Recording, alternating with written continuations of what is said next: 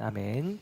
감사합니다. 하나님의 말씀 함께 보겠습니다. 사무엘하 22장 1절에서 7절까지의 말씀을 보겠습니다.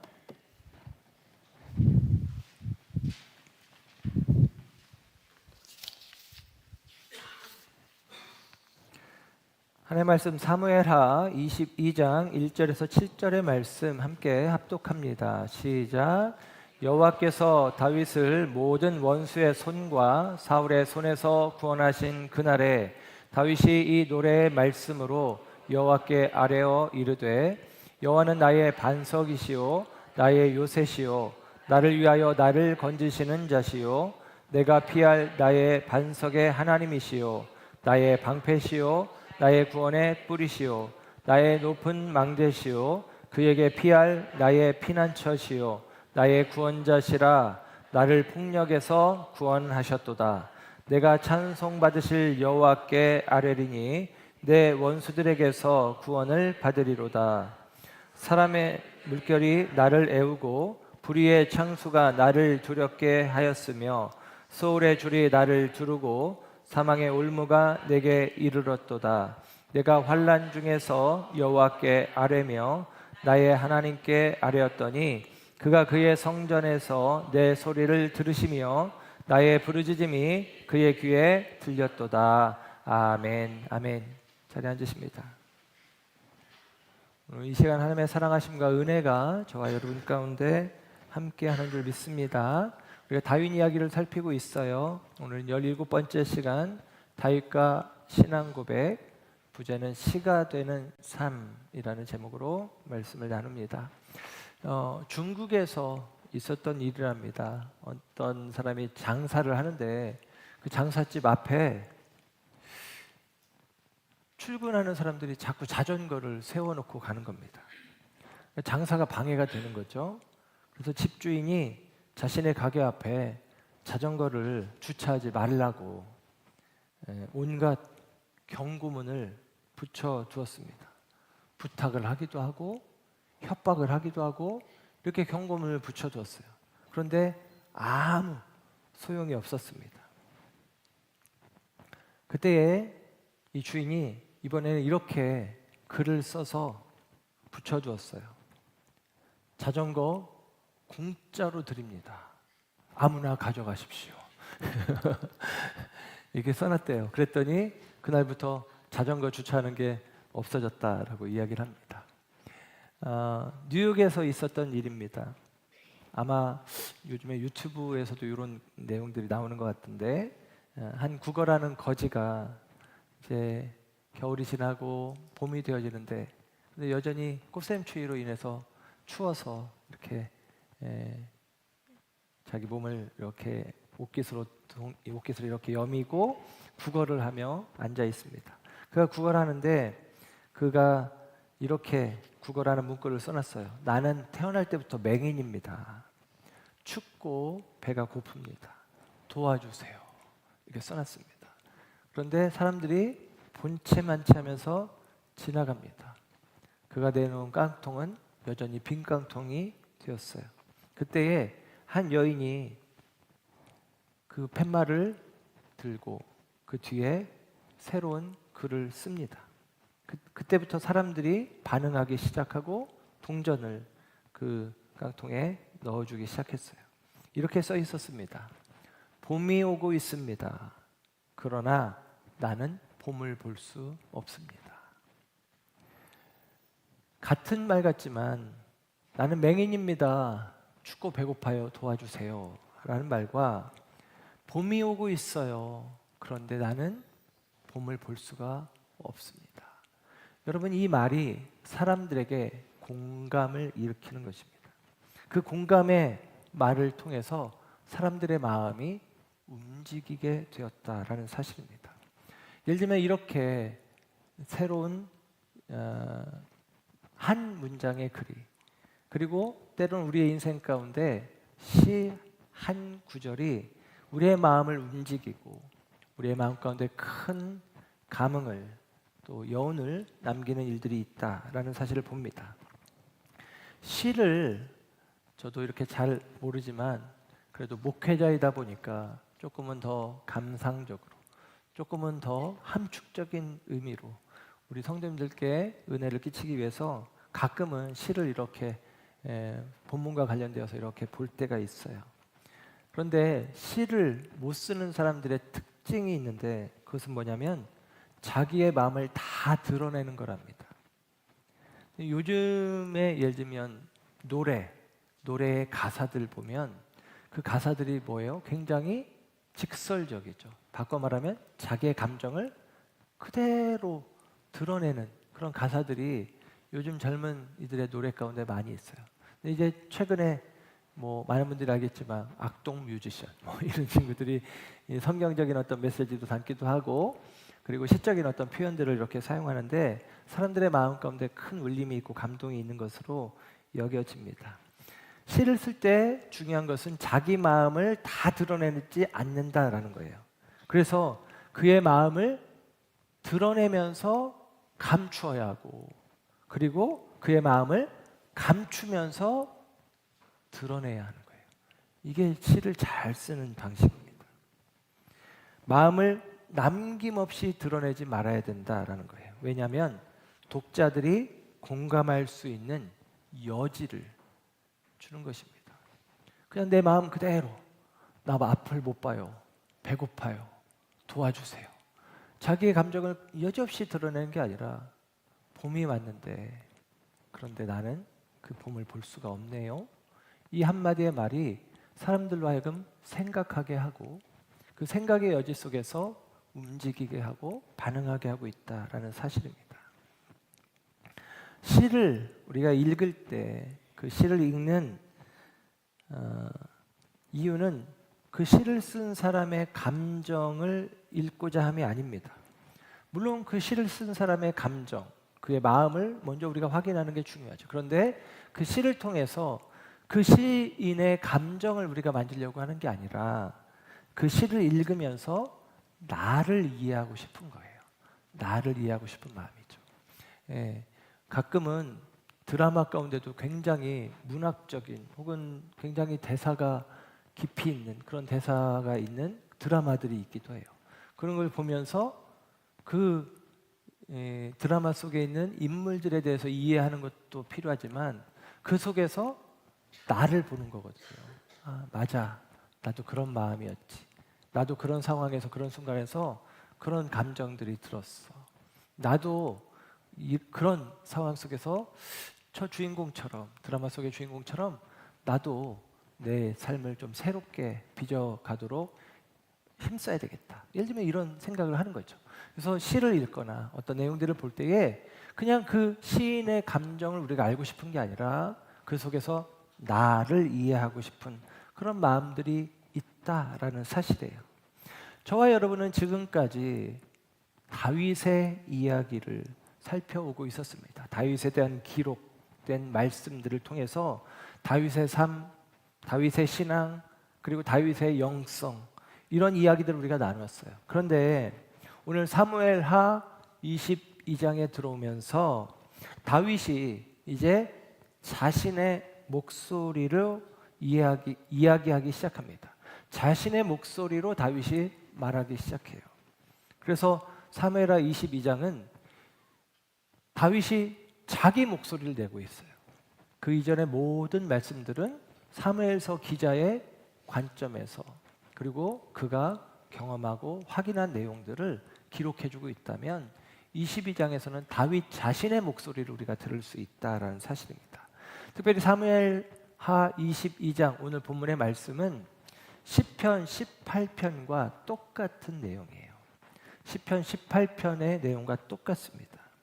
그래서 이제 이 다윗의 이야기를 마치는 시점에 이르러 다윗의 이야기를 기록한 사무엘서의 저자가 시편 18편의 다윗의 시를 사무엘서 자신의 사무엘하 22장에 이렇게 가져와서 끼워 넣기를 하고 있는 모습이 오늘 본문의 모습이에요.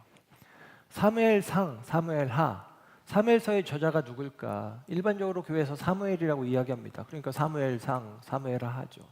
근데 사실은 사무엘의 영향을 받은 사람들에 의해서 기록되었다라고 하는 것이 말하자면 성경학자들의 생각이에요. 그 이후에 가장 중요한 근거는 예를 들면 사무엘하를 지금 보고 있는데 사무엘상 22장에 보면 사무엘이 죽었다는 얘기가 나와요. 사무엘이 자기가 죽었다는 얘기를 기록하고 사무엘하의 이야기를 더 기록할 수는 없잖아요. 그래서 사무엘의 영향을 받은 사람들이 기록한 것이다 라고 생각을 합니다. 사무엘 자체가 무조건 이 사무엘상하, 원래는 한 권의 책 사무엘서로 되어 있었는데 이 사무엘서의 저자가 되어질 수는 없다라고 하는 사실이죠. 이런 면에서 오늘 사무엘서의 저자는 다윗의 이야기를 마무리하는 과정 가운데 다윗의 수많은 시들 가운데, 다윗의 지은 시가 엄청나게 많은데 그 수많은 시들 가운데 시편 18편 이 내용을 오늘 택해서 이 사무엘서의 이야기 속에 집어넣고 있단 말이에요. 끼워넣고 있단 말이에요. 이것을 우리가 먼저 생각해 볼 수 있습니다. 시편 18편을 고백하는 다윗의 이미지로 다윗을 이해하는 거예요. 시편 18편의 고백이 있는 다윗, 그게 바로 이제까지의 모든 다윗의 이야기 속에 있는 다윗이구나라고 사무엘서 기자가 생각하고 있다라는 사실이죠. 사무엘하 오늘 22장 1절 말씀에 기록된 내용은 시편 18편의 표제어에 해당하는, 그러니까 시편 18편의 표제어, 그 표제어라고 하면 그 표제어는 뭐냐면 이 시의 배경, 이 시를 어떻게 노래할 건지 운율, 방법, 악기 뭐 그런 것들을 이야기하는 거예요. 어떤 장단으로 노래할 건지 이런 것들을 언급하는데 시편 18편의 표제어가 오늘 본문 사무엘하 22장 1절의 말씀이란 말이에요. 그래서 이렇게 기록하죠. 여호와께서 다윗을 그 모든 원수들의 손에서와 사울의 손에서 건져주신 날에 다윗이 이 노래의 말로 여호와께 아뢰어 이르되, 그럽니다. 이게 시편 18편의 표제어예요. 다윗이 원수들의 손에서 그리고 사울의 손에서 건져주신 날에 이 노래를 했다라는 거예요. 그러니까 사실은 여기서 사울의 손에서 건졌다는 이야기가 중요해요. 그래서 우리는 지난 시간에 압살롬의 이야기까지 살폈잖아요. 그러니까 어쩌면 제가 볼 때는 압살롬 사건 이전에 이 시가 기록된 건데 사무엘서 기자는 압살롬 사건까지도 다 지나고 나서 이 시편을 이 본문에 사무엘하 22장 본문에 불러와서 집어넣어서 우리에게 설명을 하는 거죠. 다윗의 모든 생애 속에서 하나님께서 그의 생애 속에 온통 다윗의 생애 속에 하나님으로 젖어 있다라는 사실을 이 시를 통해서 사실 우리에게 보여줍니다. 그래서 이어지는 2절에서 7절까지의 말씀을 가만히 들여다보면 다윗이 정말 그냥 다윗의 생애에 가득 채워진 건 그냥 하나님 이것이라는 사실을 확인하고 알게 되어집니다. 이러한 사실은 다윗이 풍부한 은유를 통해서 하나님을 노래하고 있는 것을 통해서 확인할 수 있어요. 은유, 말하자면 비유해서, 비교해서 은유적인 방법으로 이야기를 합니다. 그래서 2절에서 7절 가운데 특별히 2절, 3절 말씀을 보면 여호와는 나의 반석이시다. 여호와는 나의 요새이시다. 그분은 나의 방패이시다. 그분이 내게 구원의 뿔이 되시고 산성이 되시고 피난처가 되신다. 등등의 이야기를 하고 있다라는 사실입니다. 여러분, 반석, 요새, 방패, 구원의 뿔, 산성, 피난처 이런 것들이 어떤 거냐면 다윗의 삶에 밀접하게 그가 보던 것들이에요. 다윗이 밀접하게 늘 가까이 하고 보고 그리고 만지고 거하고 했던 그것들을 은유로 사용해서 하나님을 지금 표현하고 있는 것입니다. 그것들을 통해서 보이지 않는 하나님을 지금 다윗이 보고 있는 거예요. 예를 들면 하나님은 나의 반석이시다. 멋있게 해서 반석이지 다르게 말하면 바위다라는 거예요. 다른 말로는 돌덩이다라고 이야기를 하는 것입니다. 여러분, 그 돌덩이, 하나님이 만든 수많은 피조물 가운데 어쩌면 가장 하찮은 돌덩이, 가장 낮은 곳에 가장 쓸모없는 그런 돌덩이, 그 돌덩이를, 바위를 하나님으로 묘사를 하고 있는 거예요. 아니, 하나님을 바위로 지금 묘사를 하고 있는 것입니다. 하나님이 돌덩이야. 이렇게 이야기하면 여러분 자칫 불경해 보이지만 여러분 그 바위가 가지고 있는 속성들이 있잖아요. 바위, 그러면 든든한 모습이고, 그리고 움직이지 않는, 그리고 한결같이 그 자리를 지켜내는 뭐 그런 이미지를 떠올릴 수 있는 것입니다. 하나님은 높은 망대이시다. 여러분, 높은 망대, 그 망대가 무엇이냐면 파수꾼이 망을 보는 것이 망대예요. 그래서 그 파수꾼이 성의 안전을 지키는 처음 역할을 합니다. 그래서 높은 망대에 올라가서 파수꾼이 멀리 지켜보다가 적들이 쳐들어오면 성 안에 있는 사람들에게 알리는 거예요. 싸울 준비를 해라. 아니면 적들이 너무 많다. 도망치자. 예를 들면 이렇게 해서 성 안의 사람들의 안전을 확보해 주는 것이 망대입니다. 그렇게 예를 들면 하나님 우리의 높은 망대시다 라는 이야기는 우리의 문제 혹은 우리의 어려움을 하나님이 알게 해주시고, 그리고 피할 수 있도록 도우시는 분이다. 예를 들면 이런 의미들을 담고 있다라고 생각해 볼 수 있습니다. 다윗의 삶은 실로 하나님께 피하는 삶이었어요. 다윗은 계속같이 하나님께 피하며 살아갑니다. 그 다윗의 생애를 한마디로 뭉뚱그려서 이야기하면 다윗은 늘 하나님께 피하였다라고 이야기할 수 있어요. 이 말씀들을 이렇게 묵상하면서 개인적으로 다윗이 자기 삶에 밀접하게 다윗이 보던 것들을 은유적인 방법으로 하나님께 연결을 시켰잖아요. 저도 이런 생각을 하면서 이렇게 고민을 해봤습니다. 책상 위에 이제 책에 끼어 있는 책갈피를 보면서 제가 묵상하면서 이런 생각이 들어요. 책갈피를 보면서 하나님이 기억하고 다시 찾을 의미 있는 삶으로 내 삶을 만들어 가시는 책갈피와 같은 분이다. 열쇠를 보면서 하나님이 닫힌 것을 열어주시는 열쇠 같은 분이시다. 화장실에 가서 변기에 앉으면서 회개를 떠올리며 하나님이 나의 모든 더러움을 쏟아낼 수 있는 분이시다.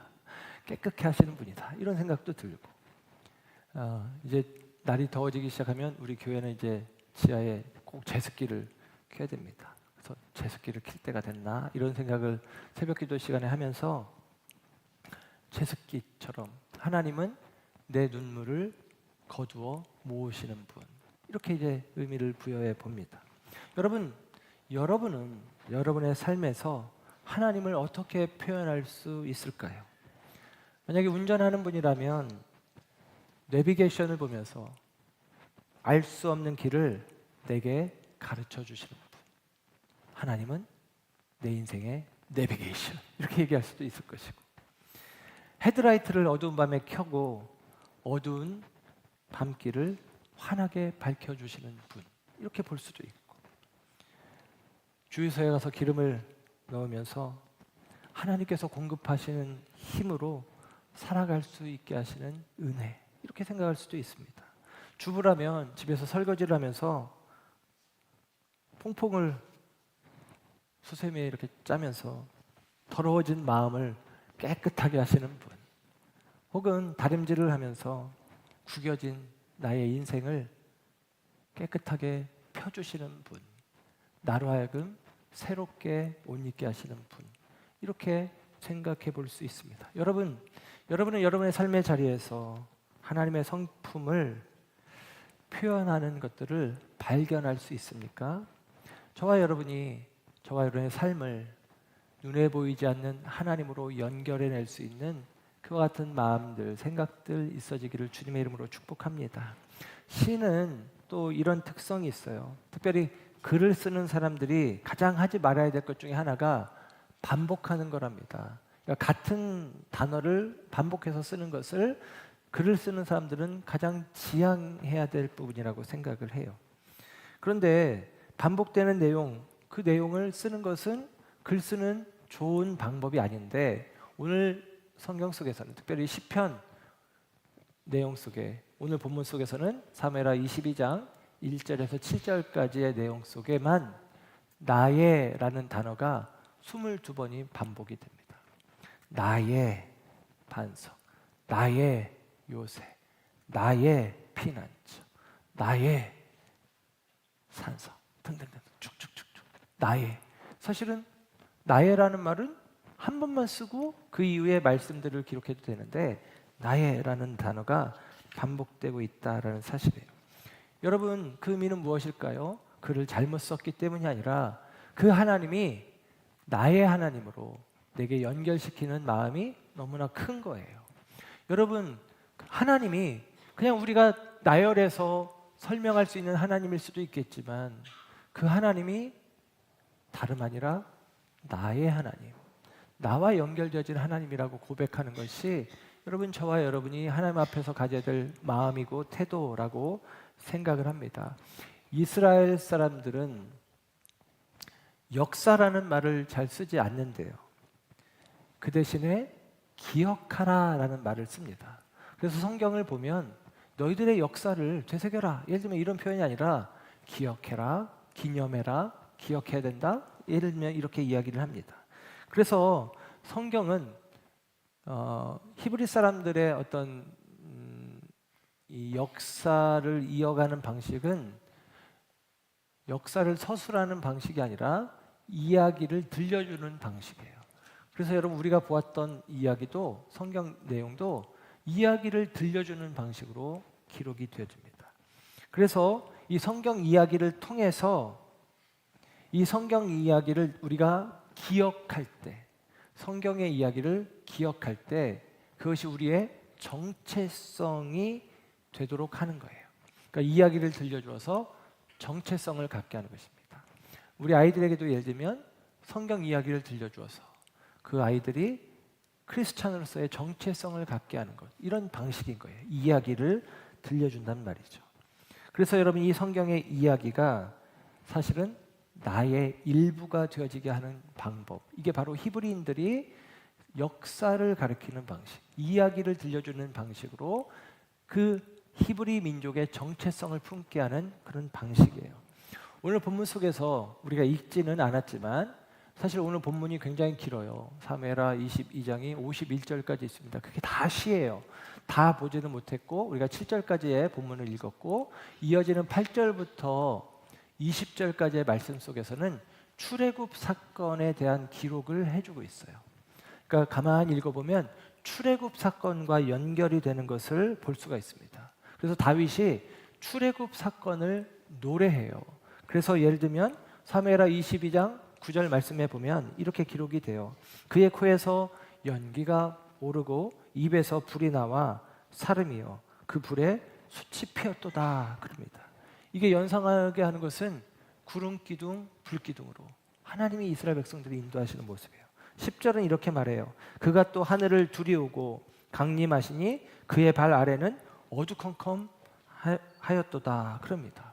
그가 강림하시니 그의 발 아래가 어두컴컴했다. 애굽에 내려진 흑암 재앙을 연상할 수 있습니다. 16절에는 또 이렇게 말해요. 이럴 때에 여호와의 꾸지람과 콧김으로 말미암아 물밑이 드러나고 세상의 기초가 나타났도다. 뭐가 연상됩니까? 물밑이 드러나고 세상의 기초가 나타났다. 홍해를 가르시는 하나님을 우리가 볼 수가 있습니다. 20절은 또 이렇게 말하죠. 나를 또 넓은 곳으로 인도하시고 나를 기뻐하심으로 구원하셨도다. 나를 이제 넓은 곳으로 인도하셨다. 자유의 땅인 광야로 인도하신 하나님을 노래하고 있습니다. 다윗은 이렇게 출애굽 사건을 노래하면서 출애굽 이야기 속으로 다윗이 들어가는 거예요. 그 출애굽의 역사적 사건 속으로 다윗 자신이 들어가 있습니다.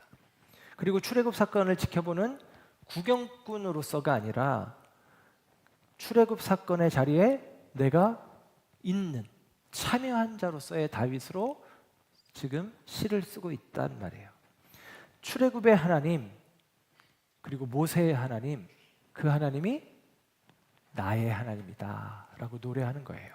이게 중요해요. 다윗은 그냥 그들의 이야기라고 이야기하는 게 아니라 그 속에 내가 들어가서 출애굽의 역사 속에 함께 하셨던 하나님, 그리고 모세를 이끄셨던 하나님, 그 하나님이 다름 아니라 나의 하나님이야 라고 다윗이 지금 노래하고 있다라는 사실입니다.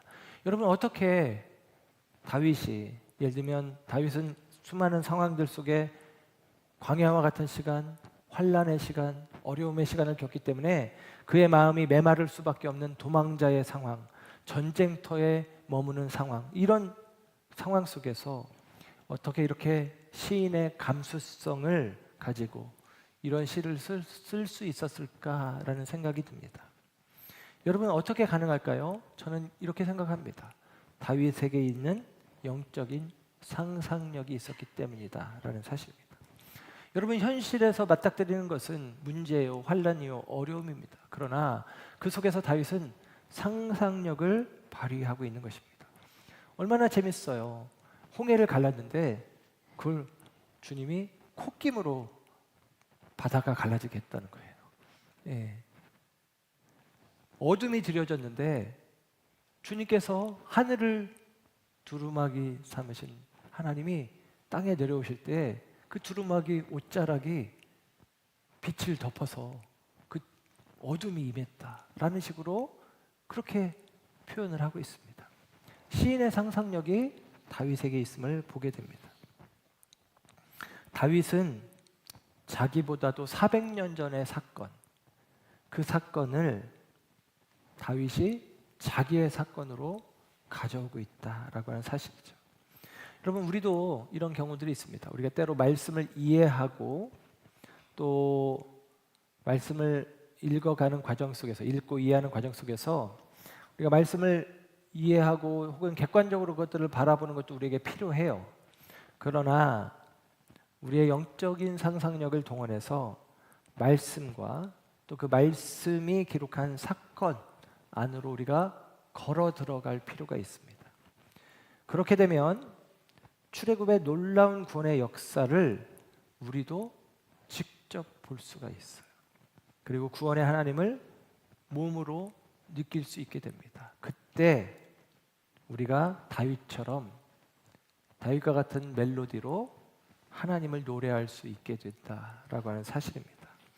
그래서 여러분, 이 거룩한 상상력이 우리 안에 있어요. 다윗과 같은 그 시인의 감성, 상상력으로 여러분 말씀 안으로 들어가시고 그 말씀 속에 하나님이 다윗의 고백처럼 나의 하나님으로 고백되어지는 일들이 있기를 주님의 이름으로 축복합니다. 다윗은 이 고통의 과정 속에서 다윗이 겪은 고통은 가벼운 고통이 아니었어요. 오늘 본문 5절과 6절의 말씀을 보면 이렇게 기록이 돼요. 세 번역으로 보겠습니다. 세 번역 22장 5절 6절 죽음의 물결이 나를 에워쌌고 파멸의 파도가 나를 덮쳤으며 스올의 줄이 나를 동여묶고 죽음의 덫이 나를 낚았다. 여러분, 이런 고통 속에서 다윗이 어떻게 하느냐? 하나님께 부르짖습니다. 7절의 말씀을 보면 이렇게 기록되죠. 세 번역입니다. 내가 고통 가운데서 주님께 부르짖고 나의 하나님을 바라보면서 부르짖었더니 주님께서 그의 성전에서 나의 간구를 들으셨다. 주님께 부르짖은 나의 부르짖음이 주님의 귀에 다다랐다. 그럽니다. 다윗은 상상할 수 없는 극심한 고통 속에 있었습니다. 그 고통을 죽음의 물결이 나를 에워싸고 파멸의 파도가 나를 덮고 소울의 줄이 나를 묶고 죽음의 덫이 나를 낚았다. 그런데 그 속에서 나는 하나님께 부르짖었다라고 이야기합니다. 여러분, 이 부르짖음을 통해서 하나님이 어떻게 반응하신 것이냐? 이미 우리가 말씀 살펴봤던 것처럼 8절에서 20절까지 뭐예요? 출애굽 사건.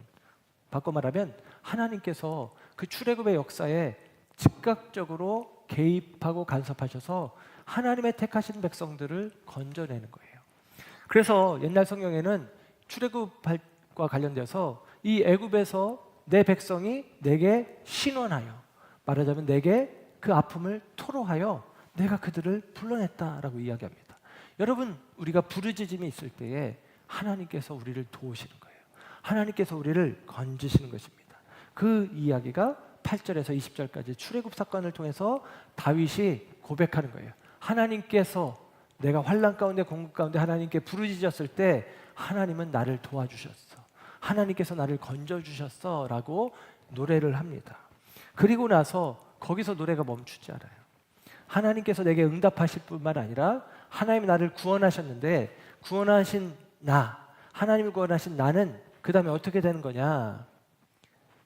한마디로 말하면 영적 싸움을 싸울 수 있는 영적인 전사와 같이 된다라고 이야기를 합니다. 여러분, 이것은 우리의 신앙생활과 비슷해요. 우리가 하나님 앞에 죄인 되었던 우리가 내 죄를 확인하고 그 죄로 말미암는 고난, 죽음을 우리가 경험하면서 하나님의 은혜를, 하나님의 긍휼을, 하나님의 도우심을 구합니다. 그러면 하나님께서 우리식으로 표현하면 오직 은혜로, 전적인 하나님의 은혜로 우리를 건져내시는 거예요. 그게 출애굽 사건과 같습니다. 그런데 여러분, 출애굽한 이후에 여러분, 광야 가운데 들어간 이스라엘 백성들은 어떻게 됩니까? 그 광야 속에서는 하나님의 적극적이고 전적인 개입과 역사가 아니라, 물론 그 속에서도, 광야 속에서도 하나님의 도우심이 계속같이 나타나지만, 이 광야에서는 출애굽한 백성들이 스스로 싸우도록 하나님께서 그들을 독려하시는 거예요. 애굽의 군대는 지구상에서 가장 강력한 군대입니다. 그 군대를 이스라엘 사람들이 싸워서 무찌른 게 아니에요. 홍해 가운데 애굽의 말과 병거가 다 수몰되게 하십니다. 그런데 광야로 나갔을 때, 광야에서 이스라엘을 괴롭힌 것은 예를 들면 아말렉 군대가 이스라엘을 뒷공무니에서 계속같이 괴롭힙니다. 그때 하나님께서 아말렉을 치셨느냐? 그게 아니에요. 모세는 산에 올라가서 손을 들고 기도하고, 아론과 훌은 그 옆에서 그 팔을 붙들고 함께 기도합니다. 그리고 여호수아는 전쟁터로 나가서 직접적으로 칼을 들고 싸워요. 그 결과 아말렉을 무찌릅니다. 아말렉에 대하여 승리합니다. 여러분, 우리가 믿음이라고 이야기할 때 이 믿음에는 두 가지 이중적인 의미가 있어요. 첫째는 내가 주님을 믿는 거예요. 이게 하나님을 의지하는 것입니다. 하나님 도와주세요. 이게 믿음이죠. 그런데 이 믿음의 두 번째 의미는 하나님이 나를 믿으신다는 것을 믿는 것입니다. 하나님이 나를 믿는다는 것을 믿는 것, 이거예요. 여러분, 우리가 가져야 되는 믿음이, 이 두 번째 믿음도 굉장히 중요해요. 우리는 첫 번째 믿음에서 자꾸 멈춥니다. 하나님께서 나를 도와주시겠지. 이 믿음 필요하죠. 그러나 여러분, 우리가 가져야 될 두 번째 믿음은 하나님께서 나를 믿고 있구나라고 하는 믿음입니다. 이 믿음이 너무나 소중해요. 아들아, 내가 너를 믿는다. 중환아, 내가 너를 믿는다. 예를 들면 제가 우리 아이에게, 아들아, 채민아, 내가 아빠가 너를 믿는다. 너를 믿는다. 이렇게 이야기를 해요. 그러니까 내가 너를 믿어. 너는 할 수 있어. 너는 견딜 수 있어. 너는 이길 수 있어. 이렇게 이야기합니다. 마찬가지죠. 하나님도 우리에게 그렇게 이야기하시는 거예요. 도우시죠. 우리가 부르짖으면 즉각적으로 도우시기도 하시고 역사하실 것입니다. 그러나 여러분, 하나님께서 우리에게 원하시는 것은 뭐냐면, 우리가 하나님이 나를 믿고 있다는 것을 알기를, 믿기를 원하시는 거예요. 너 할 수 있어. 네 힘으로 견딜 수 있어. 이길 수 있어. 이것입니다. 그래서 여러분, 이어지는 말씀 사무엘하 22장 30절, 저는 이 말씀이 참 중요하다고 생각하는데, 이렇게 기록이 돼요. 내가 주를 의뢰하고 적진으로 달리며 내 하나님을 의지하고 성벽을 뛰어넘나이다. 아멘. 내가 하나님을 의지하고 의뢰합니다. 하나님 도와주세요가 아니라, 하나님을 내가 의지합니다. 하나님을 내가 의뢰합니다. 내가 하나님을 의뢰하며 적진으로 내가 뛰어들고, 하나님을 의지하며 내가 그 성벽을 뛰어넘겠습니다 라고 고백하고 있다라는 사실이죠. 22장 40절도 이렇게 이야기합니다. 이는 주께서 내게 전쟁하게 하려고 능력으로 내게 띠띠우사 일어나 나를 치는 자를 내게 굴복하게 하셨사오며 나로 하여금 전쟁할 수 있도록 능력으로 내게 채우셨다라는 것을 믿는 것입니다. 여러분, 저와 여러분이 이 믿음으로까지 나아갈 수 있기를 주의 이름으로 축복합니다. 우리가 주님 앞에 부르짖을 때에, 바꿔 기도할 때에 주님께서 우리를 도우시죠. 우리의 도움이 되십니다. 저는 중고등학교 시절에 이제 교회 생활을 조금 더 적극적으로 했던 것 같아요. 그리고 저희 시골 교회에는 그 지하에 기도실이 있었습니다. 좀 우리 교회랑 비슷한데 우리 교회보다는 더 지하. 근데 이제 입구는 1층인데 안에는 다 산을 깎고 만들어가지고 완전 지하였어요. 거기서 그래서 그 지하 예배당도 그래서 늘 음침하고 음습하고 그랬는데 거기 이제 들어가서 기도를 하면서 주님을 만난 은혜가 있습니다. 그리고 그 나를 만나 주신 주님은 제 문제를 해결해 주신 분이 아니라 제가 그 문제를 향해서 달려갈 수 있도록 그 문제의 성벽을 뛰어넘을 수 있도록 제게 새 힘을 주신 분입니다. 저는 우리 성도님들의 삶 속에서 하나님께서 우리의 부르짖음을 듣고 도우셔서 여러분의 형편과 상황들을 하나님께서 선하게 바꾸어 주시기를 원하고 그렇게 기도하고 있어요. 그런데 그것보다 더 중요한 것은 여러분이 어떠한 상황 속에서도 어떠한 형편 속에서도 그것을 뛰어넘을 수 있는 믿음이 있기를 기도하고 있습니다.